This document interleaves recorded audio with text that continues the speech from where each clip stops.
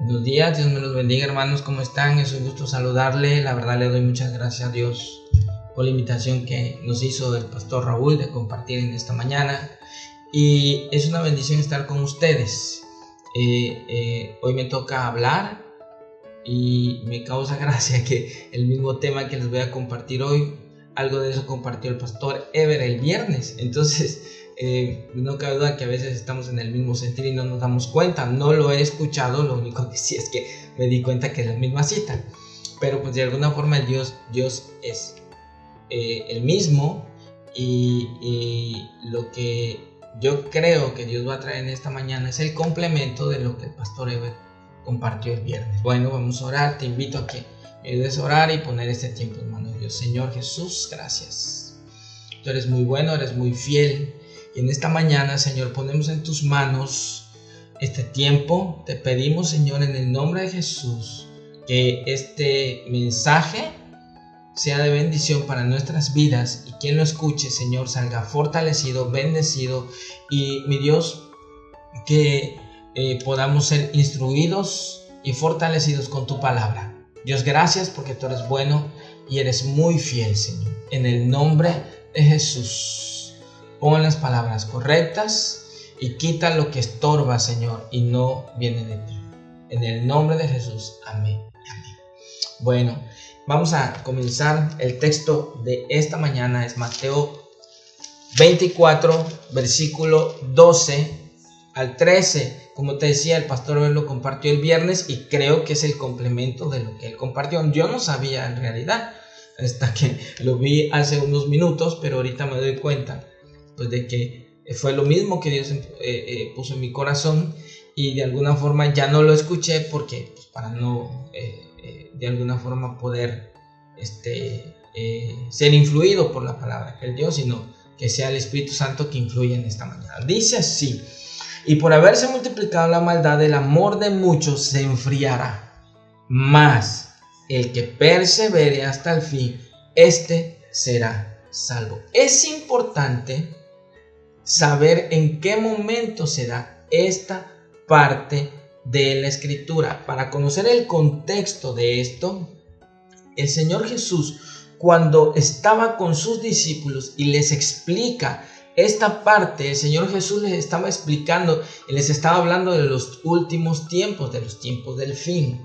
Pero es interesante que cuando el Señor Jesús sale y expresa esto, sucede en un momento clave de la historia.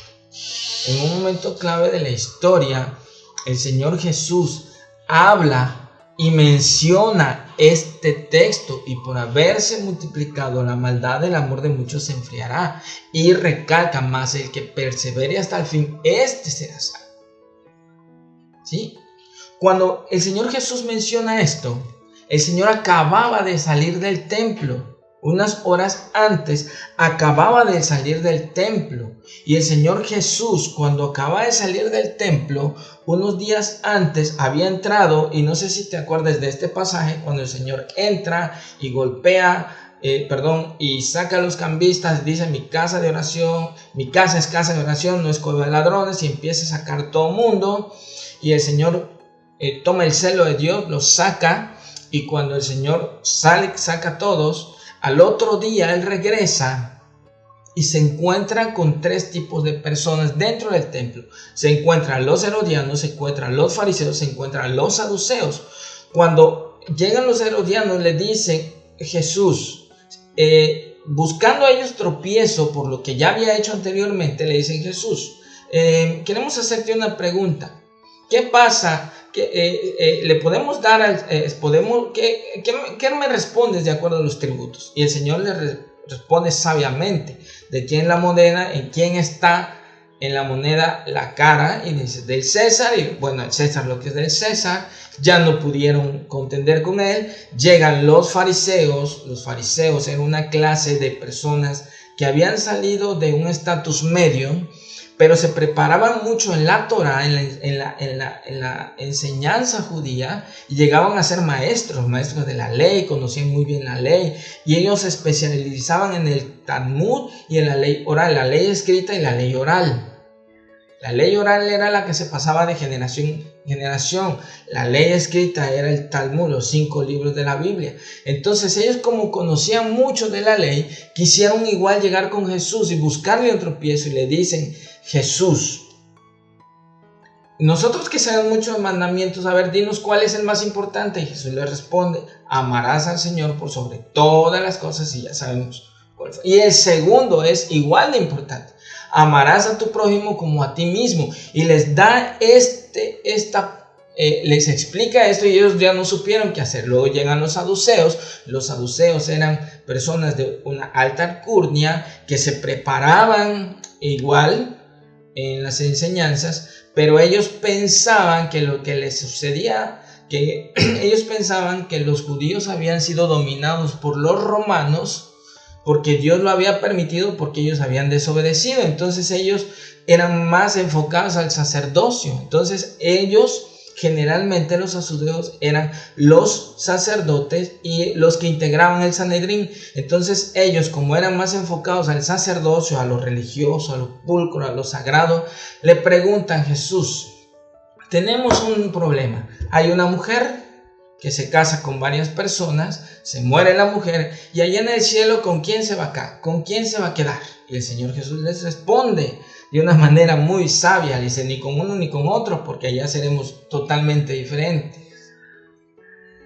¿Ok? Estamos en esa escena y los discípulos estaban con ellos.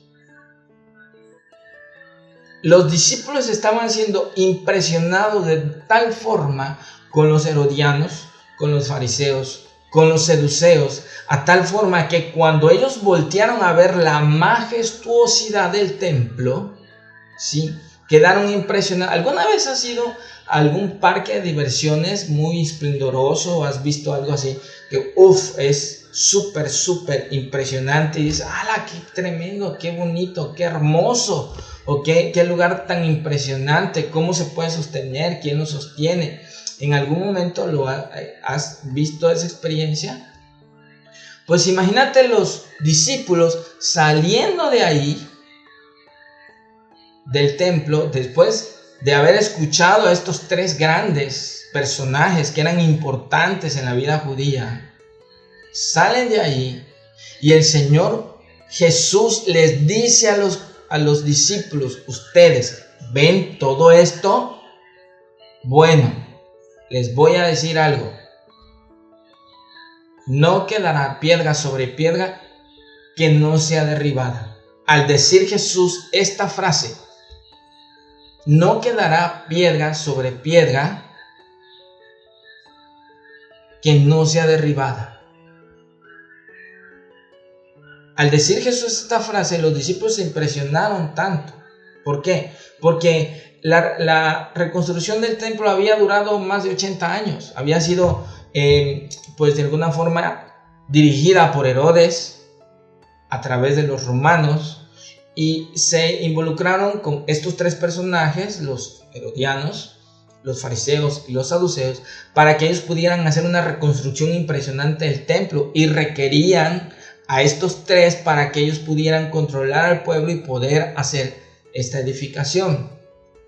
Cuando ellos salen y ven todo eso, y Jesús les dice: ¿saben qué? Todo lo que ustedes ven, todo lo que el hombre puede tener, todo lo que el hombre puede lograr por sí mismo, todo lo que el hombre puede llegar a conocer, hablando de los fariseos y de los saduceos, todo lo que el hombre puede llegar a entender o a enseñar inclusive, todo eso va a ser destruido. Y le dice: no quedará piedra sobre piedra que no sea destruido. Le está diciendo: lo que ustedes ven va a ser destruido. Entonces ellos se impresionan más todavía y le preguntan: Señor, ¿cuándo va a pasar eso? Ok, ya entendimos que se va a destruir todo, pero dinos, ¿cuándo sucederán estas cosas? ¿Y qué señal habrá de tu venida y del fin del siglo? Y ahí es cuando el Señor Jesús empieza a decirles: vendrán muchos en mi nombre y dirán: yo soy el Cristo. A muchos engañarán, oirás guerras, rumores de guerra, se levantará nación contra nación, reino contra reino, habrá pestes, hambres, terremotos y en diferentes lugares. el Señor Jesús les empieza a explicar todo lo que iba a suceder. Cuando Jesús les explica todo lo que iba a suceder, yo me imagino la cara de los discípulos impresionados, muy impresionados. ¿Cómo va a ser posible que haya guerra sobre ellos? Ellos estaban viviendo también una situación difícil, pero cuando el Señor Jesús les explica esto, ¿sí? Al final de eso, el Señor les dice, esto será el principio de dolores. Pero después dice, también junto con esto habrá tribulaciones. Los entregarán, los matarán, serán aborrecidos por causa de mi nombre. Muchos tropezarán y muchos se entregarán unos a otros. Y se levantarán falsos profetas y engañarán a muchos. Se oye muy fuerte, pero la realidad es que Jesús estaba hablando de estos tiempos. Todas estas cosas que se están mencionando son cosas que están sucediendo, que en la actualidad realmente están sucediendo. Ha habido terremotos, ha habido guerras, ha habido muertes, ha habido persecución de la iglesia, ha habido inclusive muerte de cristianos, de misioneros en diferentes partes del mundo, y todo esto ya está. Algunos sabios de la Biblia dicen que nosotros ya estamos cruzando el principio de dolores. Otros dicen que ya estamos al final de los principios de dolores y que pronto, muy pronto vendrá lo que todo mundo conocemos como la gran tribulación. Pero lo cierto es que cuando el Señor Jesús les empieza a explicar, los discípulos quedan impresionados. Y ahí es cuando el Señor Jesús les dice: y por haberse multiplicado la maldad, el amor de muchos se enfriará. Y les da otra parte: mas el que persevere hasta el fin, este será salvo. La pregunta y la interrogante de estos días: ¿cómo te has sentido ahora que ya no hay enseñanza? Que ya no hay momentos de ir a la iglesia, que ya no hay nadie que nos esté diciendo: oye, ¿sabes qué? Hay que orar, hay que leer la Biblia. ¿Cómo te has sentido cuando en estos tiempos, cuando no hay nadie que te esté de alguna forma impulsando o motivando, o me esté motivando a mí para guardarme? ¿Cuánto tiempo hemos pasado en internet? ¿Y cuántas cosas podemos ver? Y no hay nadie que pueda decir: oye, ponle un alto, detente ahí, ya no sigas, no des clic, guarda tu mirada, guarda tus ojos, guárdate lo que estás viendo, haciendo o inclusive diciendo, ¿sí? Y estos tiempos son tiempos muy difíciles, pero la pregunta real es: ¿por qué el amor de muchos se enfría? ¿Por qué el amor de muchos se enfría? Podemos tomar dos referencias importantes en base a este pasaje que el Señor Jesús dijo. Cuando el Señor dijo: por haberse multiplicado la maldad, el amor de muchos se enfriará, y por el que persevere hasta el fin, este será salvo. Hay dos ejemplos claros en la Biblia de estos. Hay dos iglesias en las cuales hoy son de alguna forma, de manera muy importante, estudiarlas y poder comprenderlas de lo que se está viviendo en estos días. Ahorita no hay nadie que nos diga: oye, ¿sabes qué? Levántate, ora. Oye, hoy toca ayuno. Oye, ¿sabes qué? No hay nadie que te diga: ya te estoy esperando en el ensayo. No hay nadie que te diga: es hora de ir a la iglesia. Entonces no hay presión de nada. ¿Me explico? Entonces puede ser el momento más peligroso del cristianismo, como puede ser el momento más glorioso de mi vida. ¿Por qué? Porque mi amor hacia Dios se puede ir enfriando, como mi amor hacia Dios se puede ir cimentando en el interior de mi corazón, en el templo de mi espíritu, en el templo de mi cuerpo, donde Jesús quiere morar. Es importante ver los últimos tiempos. Y el ejemplo más palpable es la iglesia de la Odisea. La iglesia de la Odisea la encontramos en Apocalipsis 3, versículos 14 al 19. cuando tengas tiempo, léela con calma, pero yo te quiero dar unas referencias de esta iglesia. La iglesia de la Odisea era una de las últimas iglesias fundadas. Esta iglesia fue fundada por Antíoco II. Esta ciudad de la Odisea se encontraba situada aproximadamente a 65 kilómetros del este de Filadelfia y a unos 65 kilómetros de Efesio, perdón. Entonces, esta ciudad se le puso el nombre de la Odisea porque la esposa de este hombre, de este fundador, se llamaba la Odisea. La Odisea significa justicia o juicio del pueblo. Lao y la otra parte, que es el pueblo tiene de alguna forma el control. La palabra Odisea viene del griego laos, que significa pueblo o muchedumbres, y la otra parte es dike, que se traduce perfectamente a derechos humanos o los derechos de las personas. Durante el Imperio Romano, la Odisea llegó a ser la ciudad más importante de Frigia. Esta ciudad fue una ciudad muy bendecida porque tenía tierras fértiles. Tenía una tierra muy fértil en el valle del río Lico, y la Odisea era poseedora de ricos pastos para la crianza de ovejas. Haciendo uso de cruces cuidadosas, los ganaderos de la Odisea lograron conseguir la producción de una lana negra muy fina, muy suave, muy brillante, y la comercializaban y tenía muchísima demanda en el mundo antiguo de esta lana. No sé si has visto algunas alfombras que se ven impresionantes. Bueno, muchas de esas texturas venían de la lana de ahí, de esos borregos. Entonces, esta ciudad de la Odisea era muy próspera. La ciudad de la Odisea era una ciudad bancaria, era una ciudad comercial, tenía mucho poder económico. Era una ciudad que se infiere que uno de los discípulos de Pablo, que era Epafras, fue el que fundó la iglesia de la Odisea ahí. Entonces, el Señor Jesús le dice a esta iglesia algo interesante. Yo conozco tus obras. Yo conozco tus obras. Tú dices, yo soy rico y me he enriquecido y de ninguna cosa tengo necesidad. Y el Señor les dice, bueno, pues ya, yo te voy a decir algo. Tú eres un pobre, desventurado, ciego y desnudo. El Señor le habla muy fuerte a esta iglesia. Ahora, ¿por qué la iglesia se volvió así? En la ciudad de la Odisea había unas peculiaridades. Aparte de que era económicamente muy próspera, ¿sí? En esta ciudad era muy dada a terremotos. Y en algún tiempo de la historia, aproximadamente en los años 60 o 61 después de Cristo, un terremoto devastó esta ciudad. Y esta ciudad, al ser muy rica monetariamente,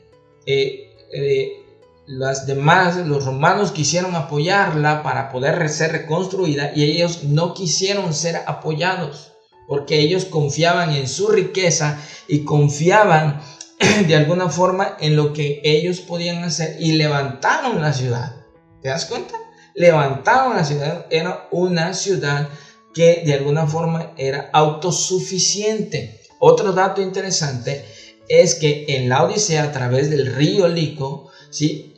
Habían aguas termales, y cuando venían aguas termales, en las tuberías y en las cañerías llegaban, y el agua que llegaba a la ciudad, cuando llegaba tibia, porque habían aguas termales y se mezclaban con las aguas que venían del río, y cuando se mezclaban las aguas, pues el agua llegaba tibia. Entonces a nadie le gustaba el agua tibia. Otra de las cosas importantes de la iglesia de la Odisea es que él era una ciudad donde era muy dada a la ciencia médica.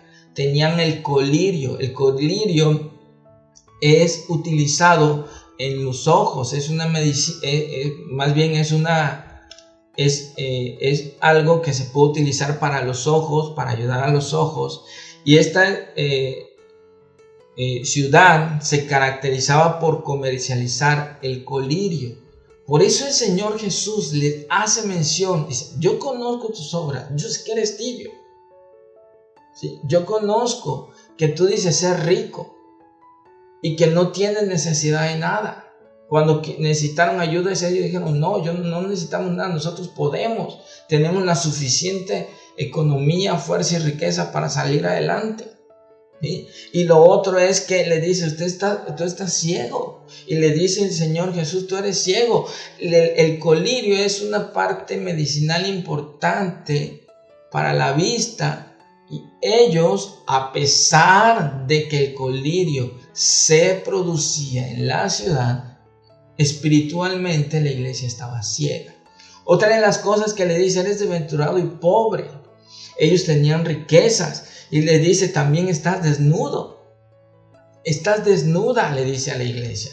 Y es importante recalcar que la Odisea, su lana era de las más finas, de las más caras, que se comercializaba mucho en ese tiempo y por eso tenía mucha riqueza. Eso me recuerda mucho a San Cristóbal, que hay mucha riqueza en los textiles y en las fibras textiles. Pero el Señor les dice: a pesar de tus lanas, de tus fibras muy finas, yo te digo que eres una iglesia desnuda. Qué cosa tan impresionante el poder entender que esto puede pasar al cristiano. El Señor le dice: yo conozco tus obras, yo sé lo que haces cuando estás solo, cuando estás en la calle, cuando andas donde tú quieras, pero también sé lo que has hecho en el templo. Y en este tiempo, hermano, donde ya nadie nos ve, ahí es donde surge y resurge realmente quiénes somos. Hay un libro de Bill Hybels que se llama ¿Quién soy cuando nadie me ve? Te lo recomiendo. Este libro habla precisamente de quiénes somos realmente en la soledad. ¿Quieres conocerte realmente quién eres y cómo somos y cómo actuamos? Pues es muy fácil de verlo. Cuando nadie nos observa y estamos solos, ahí es cuando resurge todo.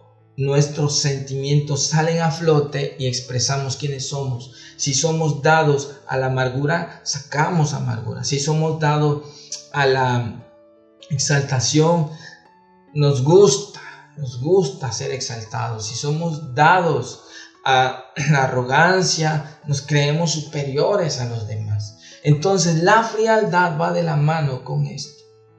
La autosuficiencia va de la mano, porque cuando nosotros nos sentimos autosuficientes, ¿sí?, pues ya no necesitamos que nadie nos dirija. Cuando nosotros nos sentimos autosuficientes, nos sentimos ricos, sentimos que ya no necesitamos que nadie nos diga lo que tenemos que hacer.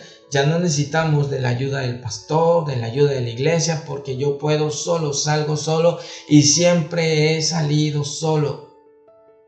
Observación: eso puede enfriar nuestro corazón. La autosuficiencia es dañina para el cristiano espiritual.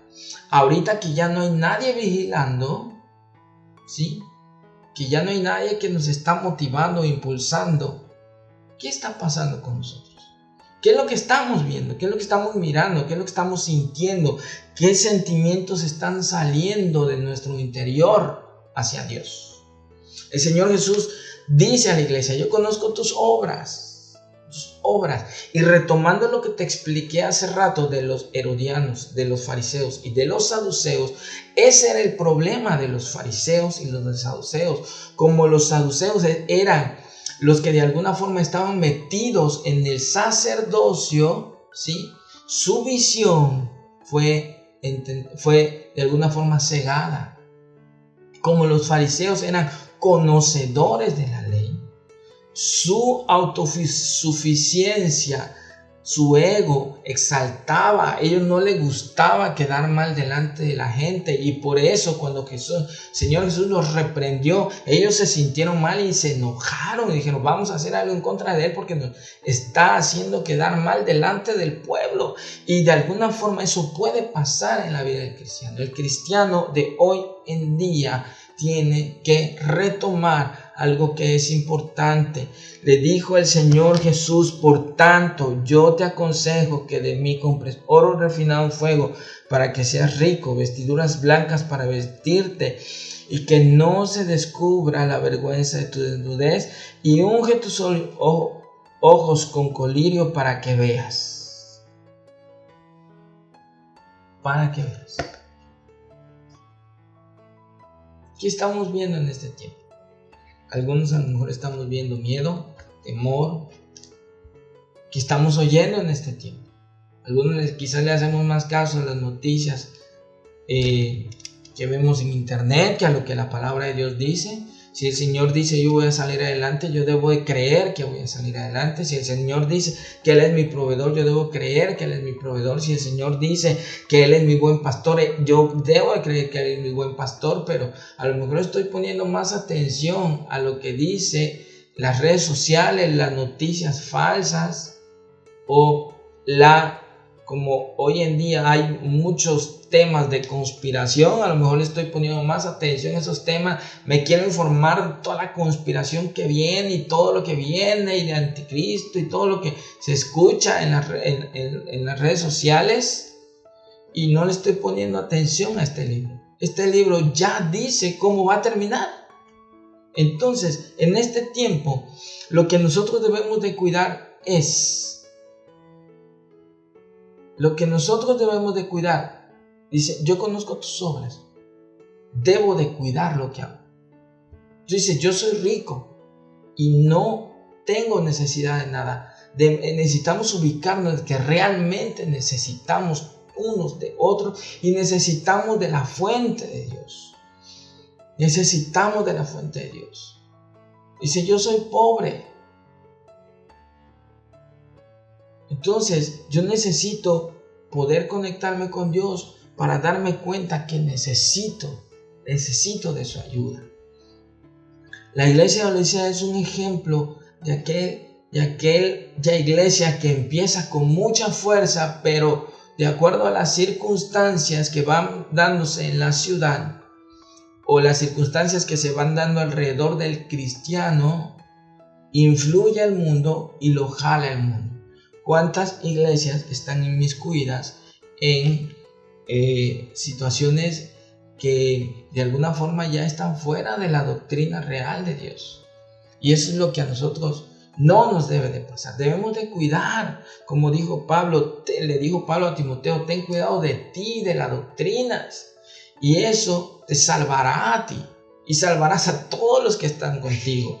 El Señor Jesús reprende a esta iglesia, pero dentro de la reprensión le dijo: yo te aconsejo que refines, yo te aconsejo que de mí compres oro refinado en fuego, yo te aconsejo que lo hagas. Hay que venir delante de Dios, y eso el Señor es lo que nos quiere dar. Otro ejemplo, que es la contraparte de el cristiano, es el que persevera hasta el fin. Este será salvo. Y este ejemplo lo quiero mencionar en la iglesia de Esmirna, que está en Apocalipsis 2, versículo 8 al 11. La iglesia de Esmirna fue fundada, según la historia, por Policarpo. Policarpo fue discípulo de Juan. El periodo de la historia de esta iglesia de Esmirna es muy probable que haya sido el tiempo de mayor persecución que jamás haya conocido la iglesia de Cristo. Satanás desató una violencia implacable contra la iglesia, pero también Satanás de alguna forma se dio cuenta que entre más la atacaban, más se multiplicaban. Y esto se convirtió en una amenaza. Y el Señor Jesús, cuando le habla a esta iglesia, la iglesia de Esmirna, le dice ahí en Apocalipsis 2, dice 2 versículo 8: escribe el ángel de la iglesia a Esmirna, el primero y el postrero, el que estuvo muerto y vivió, dice esto: Yo conozco tus obras. Checa. Le dice lo mismo a la iglesia de Laodicea. Yo conozco tus obras. A esta también le dice, yo conozco tus obras. Pero aquí le añade, y yo conozco tu tribulación. Conozco tu pobreza. Tú dices, pero conozco tu tribulación y tu pobreza. Pero yo te quiero decir que tú eres rica. Y conoce la blasfemia de los que se dicen ser judíos y no lo son. Son sinagogas de Satanás. No temas en nada lo que vas a padecer. He aquí, el diablo echará a algunos de ustedes en la cárcel para que seáis probados y tendréis tribulación por 10 días. 10 días. Dice, sé fiel hasta la muerte y yo te daré la corona de vida. Es interesante saber que esta iglesia, cuando el Señor le dice 10 días, el Señor estaba hablando no nada más de días físicos, sino estaba hablando de 10 reyes. Esta iglesia fue perseguida por 10 reyes. Fue perseguida primero por Nerón. En la época de Nerón fue cuando Pablo fue decapitado y fue cuando Pedro fue crucificado.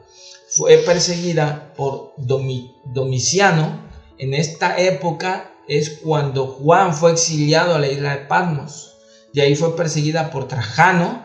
Posteriormente fue Marco Aurelio. Después Severo, Maximiliano, Decio, Valeriano, Aureliano y Diocleciano. 10 reyes persiguieron a esta iglesia. Cuanto más era perseguida la iglesia durante este periodo, esta más se sobreponía. Y la única característica era que ellos no perdían su amor a Dios. Durante el segundo y el tercer siglo de esta era, durante el segundo y tercer siglo, esta era de persecución y violencia entre los cristianos, que los mataban, los devoraban con los leones y los vituperaban con muchos espectadores. A muchos los crucificaban, les ponían pieles de animales y los tiraban a los perros salvajes para que los devoraran, y los torturaban hasta la muerte. Cosas innombrables, hermanos. Los cubrían con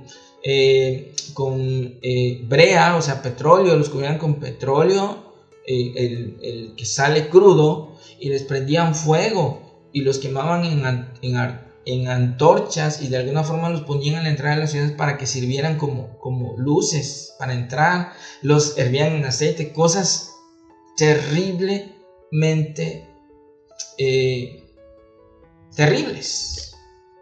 Un historiador dedicado a la historia de la iglesia menciona que durante este periodo de los 10 reyes fueron aproximadamente 5 millones de cristianos martirizados por causa del testimonio de Jesús. En el año de 168 mataron al obispo de la iglesia de Esmirna, que era Policarpo, y él menciona algo muy interesante. Para ese entonces él tenía 86 años. Cuando fue descubierto que él era el sacerdote, que era el líder de la iglesia, fue arrastrado por las calles para llevarlo ante el procónsul romano. El líder romano como ya lo conocía, tenía la intención de perdonarlo. Y lo que le dijo a Policarpo, le dijo: mira, lo único que tienes que hacer para evitar la muerte es que tú lances un puño de incienso y se lo tires al altar del César.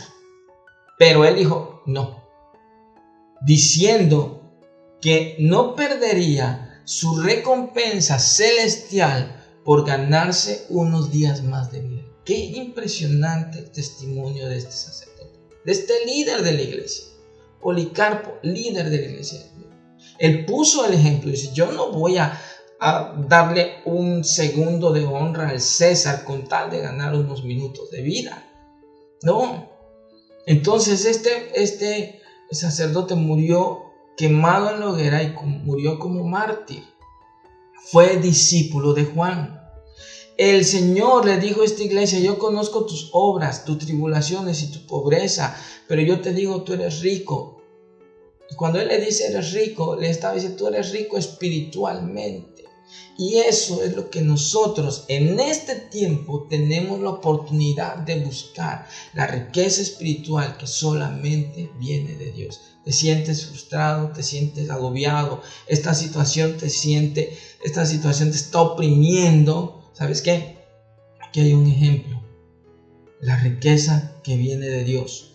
Policarpo fue atado a la estaca con leñas y el verdugo tenía fuego en las manos y le intimidaban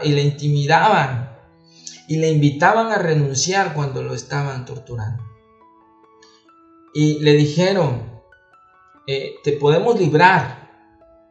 Y Policarpo dijo, 86, fíjate lo que menciona, 86 años hace que le sirvo al Señor.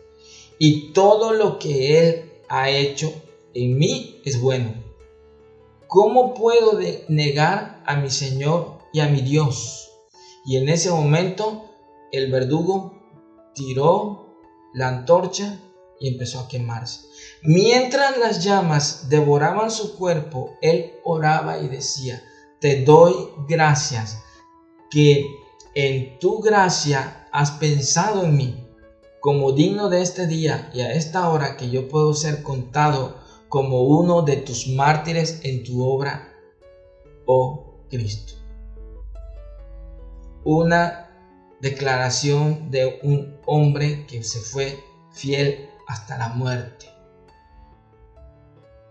El Señor le dio la corona de vida, sin duda. Pero, en base a estos dos tipos de iglesia, hoy en día podemos ver dos tipos de cristianos. El tipo de cristiano de la iglesia de la Odisea y el tipo de cristiano de la iglesia de Esmirna. Aquel cristiano que ha aprendido mucho, que de repente ya se siente autosuficiente, que de repente ya sabe muchas cosas y por eso ya no tiene la necesidad de ir delante de Dios. Y ahora como hay China libre, pues todavía más. Esto es un peligro para nosotros los que ya conocemos de Dios. En lugar de venir cada día, Señor, te necesito, te necesito, te necesito. Yo me siento así, así, así. Entonces podemos caer en el juego del cristiano de la Odisea.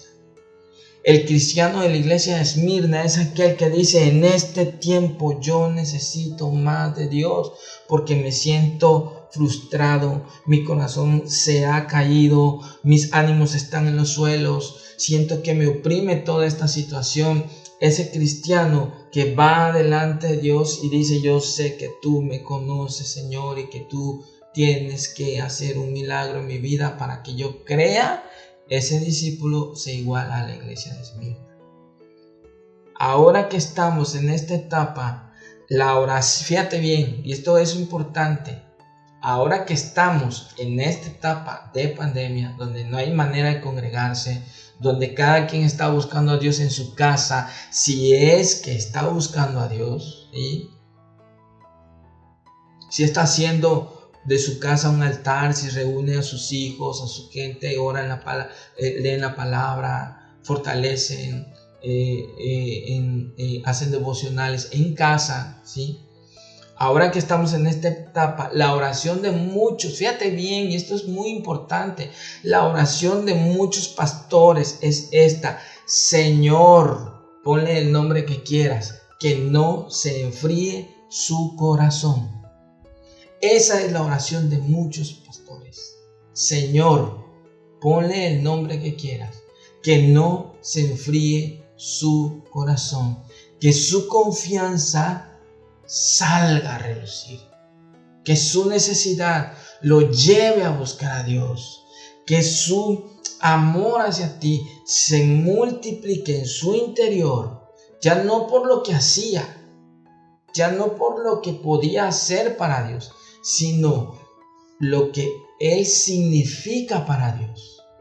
Nosotros como cristianos necesitamos urgentemente decirle: Señor, guárdame en este tiempo y cuida que mi corazón no se enfríe, sino que yo agarre el sentir, el fuego, que yo sea fiel hasta la muerte.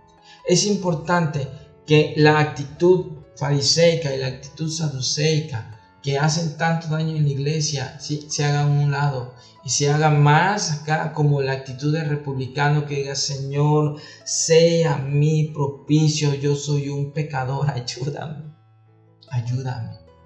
porque no estoy viendo las cosas como tú ves, me estoy preocupando de más, me siento como león enjaulado, ya no sé por dónde viene lo duro sino lo tupido. Señor, necesito una ayuda, una dirección, y te puedo asegurar que los momentos de crisis son los momentos de oportunidades. Ahora que ya no estamos congregándonos, no eres autosuficiente, no somos autosuficientes. Ahora que no nos estamos congregando, no pensar que no tengo necesidad de nada. Bueno, pues ya el pastor ni tan siquiera le he hecho una llamada, no le hablo, ni a los hermanos los saludo, ni nada. No se nos olvide ser agradecidos. No se nos olvide, como dice Romanos 12, no tener un concepto equivocado de nosotros mismos. Si nosotros nos ubicamos en quiénes somos para Dios y no lo que hacemos para Dios, como los fariseos y los saduceos, sino en quiénes somos para Dios, ¿sí?, nosotros podemos tener la visión correcta.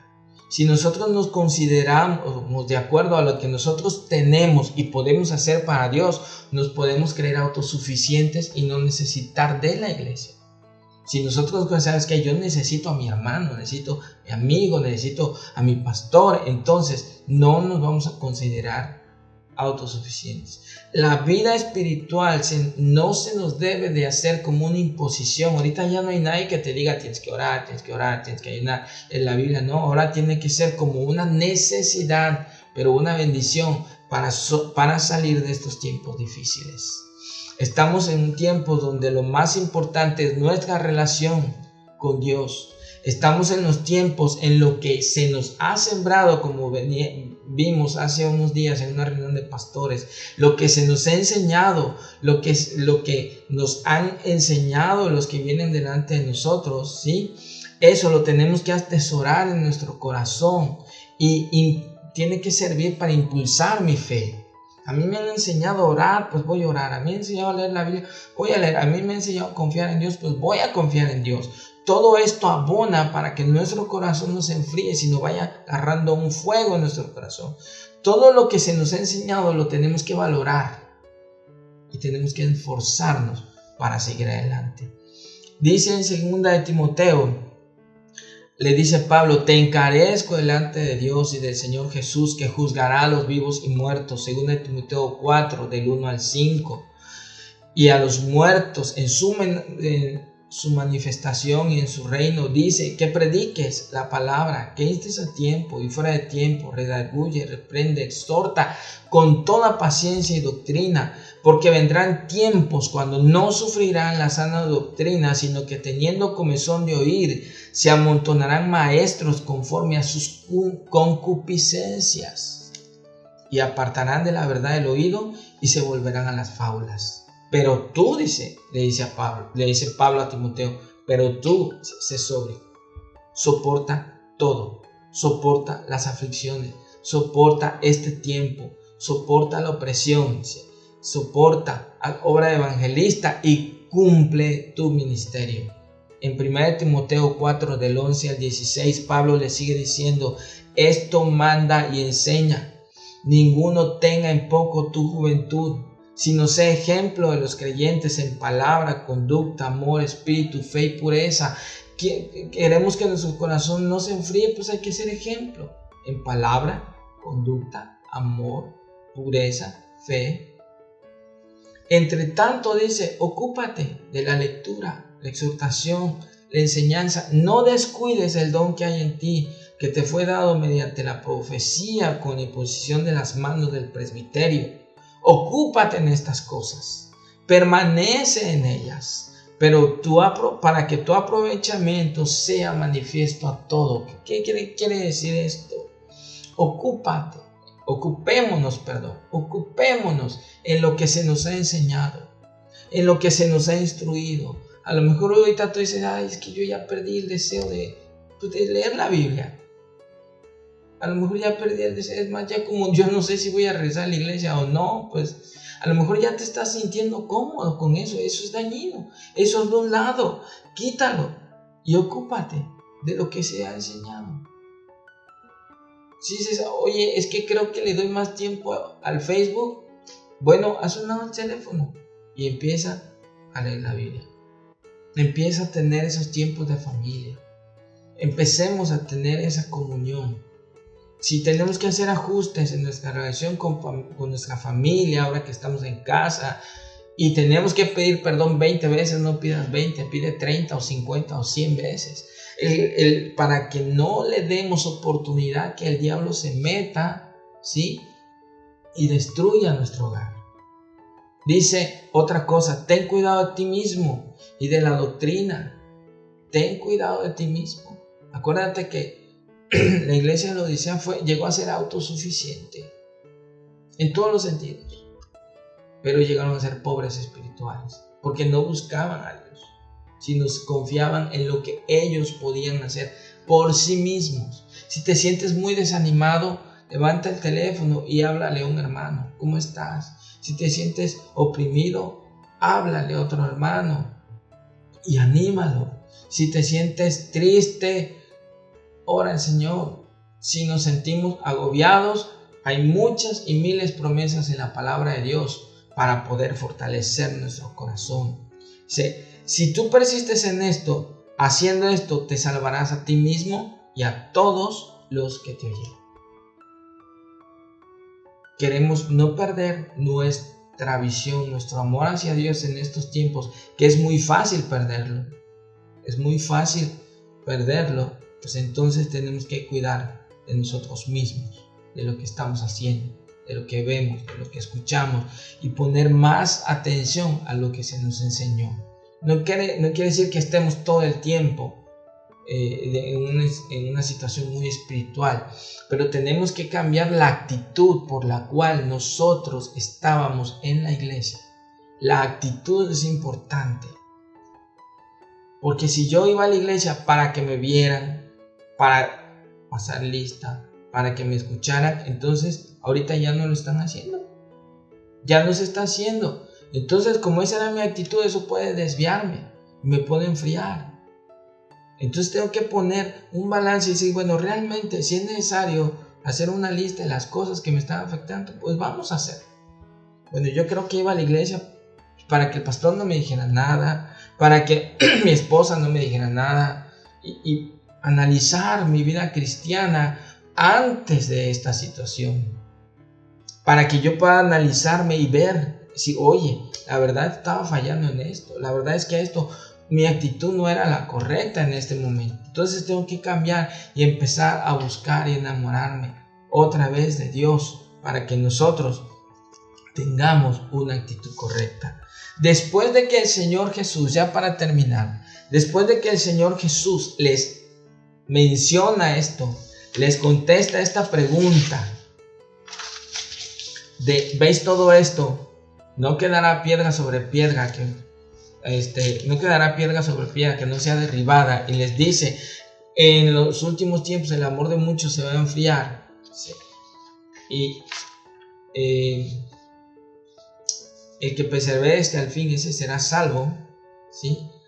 Después de decirles todo esto, el Señor Jesús les termina hablando de 3 cosas importantes. Lo vemos ahí en Mateo, en el capítulo 25, vemos lo que el Señor Jesús les dice y les empieza a hablar de la necesidad de velar siempre, la necesidad de estar preparados. En Mateo 24, del 36 al 51, le habla y les da una parábola, enseñanza de la necesidad de velar, porque no sabemos el día y la hora. Y les explica la importancia de velar siempre. Dice, si supieras cuándo va a llegar tu Señor, ¿no quedarías? Bueno, pues entonces velar siempre. Les habla también otro punto importante, la parábola de las 10 vírgenes, la necesidad de mantener aceite en nuestra lámpara para mantenerla encendida. Si ya hay algo que se me está apagando, entonces tengo que ponerle aceite a eso. Si hay algo que se está enfriando, entonces tengo que ponerle aceite para que vuelva otra vez. Y después le dice la parábola de los talentos, la necesidad de ser fiel con lo que Él nos ha entregado. Todo cristiano que ha sido comprado por la sangre de Cristo, Dios pone algo importante, pone una salvación impagable. Cuidémosla con temor y temblor. Y como Dios es bueno, nos da más. Y dice aquí en esta parábola de los talentos que si somos fieles, Él nos da más, Él nos da más, Él nos da más. Y hay muchos de nosotros que hemos recibido muchísimas cosas de parte de Dios y nos ha dado demasiada riqueza y que Él lo ha puesto a nuestra disposición. Y nosotros tenemos que ser fiel con lo que nos ha dado y tenemos la enorme oportunidad de multiplicarlo. O sea que si yo me siento que no estoy haciendo nada, hay algo que Dios sí me ha dado y que sí lo puedo multiplicar. Hay algo que Dios ha puesto en mis manos, algunos dio talento, dones, habilidades y muchas otras cosas que Él ha puesto en mis manos, y algunos, como los pastores, nos ha dado gente en nuestras manos, ¿sí? Y que Él no les ha cuidado, no los ha puesto. Algunos, decía nuestro pastor Ruperto, algunos Dios nos ha dado ciudades, algunos nos ha dado empresas, algunos nos ha dado gente que nosotros somos la influencia hacia ellos. Bueno, tenemos que cuidar eso, tenemos que ser fiel con eso que Dios nos ha dado. Entonces, 3 cosas importantes: velar siempre, la necesidad de velar siempre, la necesidad de estar preparado cuando Él venga. Segunda, la parábola de las 10 vírgenes, la necesidad de mantener el aceite vigente en nuestra lámpara encendida. Entre más frío me siento, más necesidad tengo de orar, más necesidad tengo de leer la Biblia. Y si me siento muy frío, como que me siento que realmente no está pasando nada en mi vida, entonces predica. Y al predicar, eso me va a fortalecer. Hay muchas formas de hacerlo. Como una llamada, como un saludo. Ahorita que hay tantas redes sociales, hay muchas maneras de hacerlo. Pero también es importante, ¿sí?, cuidar lo que Dios nos ha dado. Dios nos dio familia, Dios nos dio hijos, Dios nos dio relaciones, Dios nos dio amistades, Dios nos dio cosas que Él nos ha entregado en nuestras manos, y que eso puede servir para que nosotros podamos ser fortalecidos y darnos cuenta que tenemos mucho por hacer en este tiempo.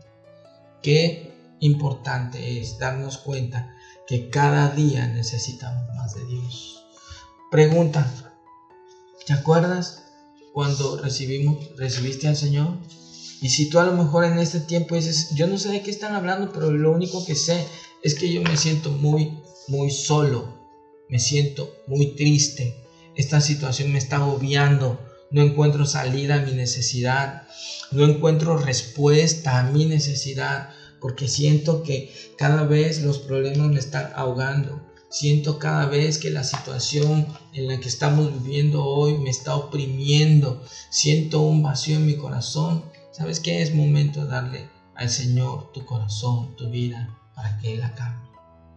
Y si tú eres esa persona, si tú eres aquella persona que dices: yo creo que sí necesito a alguien, bueno, déjame decirte que lo que necesitas es a Cristo. Cristo es la única esperanza que podemos nosotros tener en este tiempo y nos puede mantener con vida. Si nos ahogamos en la situación que estamos viviendo, nosotros podemos oprimirnos, sentirnos débiles, sentir que no vale nuestra vida, y podemos tomar una decisión equivocada. Pero si nosotros decidimos: voy a darle una oportunidad a Dios, como muchos le hemos hecho, déjame decirte que Dios te restaura y te levanta. Y Si tú eres esa persona, yo te invito a decirle: Señor Jesús, yo necesito de ti. Creo que necesito un milagro en mi corazón. Estoy preocupado, estoy lleno de pecado, me siento oprimido. Urgentemente entra a mi corazón, te recibo como el dueño en mi vida, como el Salvador, y yo creo que puedo salir adelante. Señor, en el nombre de Jesús recibo la sangre de Cristo para limpiar mis pecados de toda maldad en mi vida. Señor Jesús, gracias. Si tú eres esa persona, ahora en cuanto se abran las iglesias, te invito a que te integres a una. Y hermano, si tú sientes, hermano, que ya tienes tiempo en la iglesia, si sientes y dices: hermano, ¿sabe qué? Yo creo que sí, analizando mi vida, yo creo que había motivaciones equivocadas por las cuales iba a la iglesia. Yo como que estoy sintiendo que mi corazón se está enfriando, como que estoy sintiendo que ya no tengo el mismo ímpetu. Hace unos meses me acuerdo mucho que mi hija me decía: papá, es que siento que mi amor hacia Dios se está enfriando. Y digo: Rebe, hay que buscar a Dios. Rebe, no te preocupes. Es un proceso de todo cristiano que llega en momentos adversos, momentos en los que uno se siente que Dios no está, pero también es momento para que uno se dé cuenta de la misericordia de Dios cuando uno le dice: a pesar de que no te siento, de que no te veo y que aún estoy dudando, yo decido en mi corazón seguir confiando en ti. Si algunas motivaciones han cambiado, o más bien te has dado cuenta de que meses antes habías estado asistiendo a la iglesia por algunas motivaciones equivocadas, es tiempo ahorita de avivar el fuego de ese don que Dios puso en nuestros corazones. Es tiempo de decirle: Señor, en mi interior cambia lo que está mal y ajusta lo que tú quieres que tu Espíritu Santo esté en mi vida. Y si eres ese cristiano que dice: ¿sabes qué? Yo realmente necesito urgentemente un milagro de Dios porque siento que me estoy apagando, dice: compra oro refinado en fuego. Algunos pasaremos momentos difíciles, momentos de angustia, pero en esos momentos es cuando hay que darle más oportunidad a Dios de un voto de confianza. Acuérdate aquel que le dijo: Señor, creo, pero ayuda en mi incredulidad. Y Dios oró por él, por la incredulidad de él, y Dios lo restauró. Así que yo te invito a que oremos, digamos: Señor, yo sé que estos tiempos son difíciles, pero también sé, Señor, que son momentos para darle la oportunidad a ti y a tu Espíritu de ver cómo salimos erguidos, cómo salimos adelante de esta situación, de estos tiempos difíciles. Señor, no sabemos cuándo nos volveremos a congregar, pero no permitas que mi corazón se enfríe, sino todo lo contrario, que ahora que estoy en mi casa yo esté buscando más de ti de una manera más correcta, de una forma con mayor integridad, sabiendo que delante de ti tú conoces todo. Señor, ayúdame a poder, Señor, alinear mi corazón contigo y poder, Señor, volver, Señor, a tener ese fuego, ese ímpetu, ese deseo de buscarte todos los días. Dios te bendiga. No se te olvide que aunque no estamos congregándonos, es necesario venir delante de Dios todos los días, cada mañana. Agarra tiempos de meditación de la palabra. Si estás en tu casa y por alguna razón no has podido integrarte a tu trabajo, bueno, pues ten devocionales en casa con tus hijos y va a ser de mucha bendición, y convive el mayor tiempo que puedas con tu familia, que esa es una bendición enorme. Y pronto nos estaremos viendo, reuniendo, y estaremos muy contentos de podernos saludar. Así que vamos a aprovechar el tiempo. Dios te bendiga, mi hermano, y te mando saludos. Y muchas gracias, Pastor Raúl, por la invitación.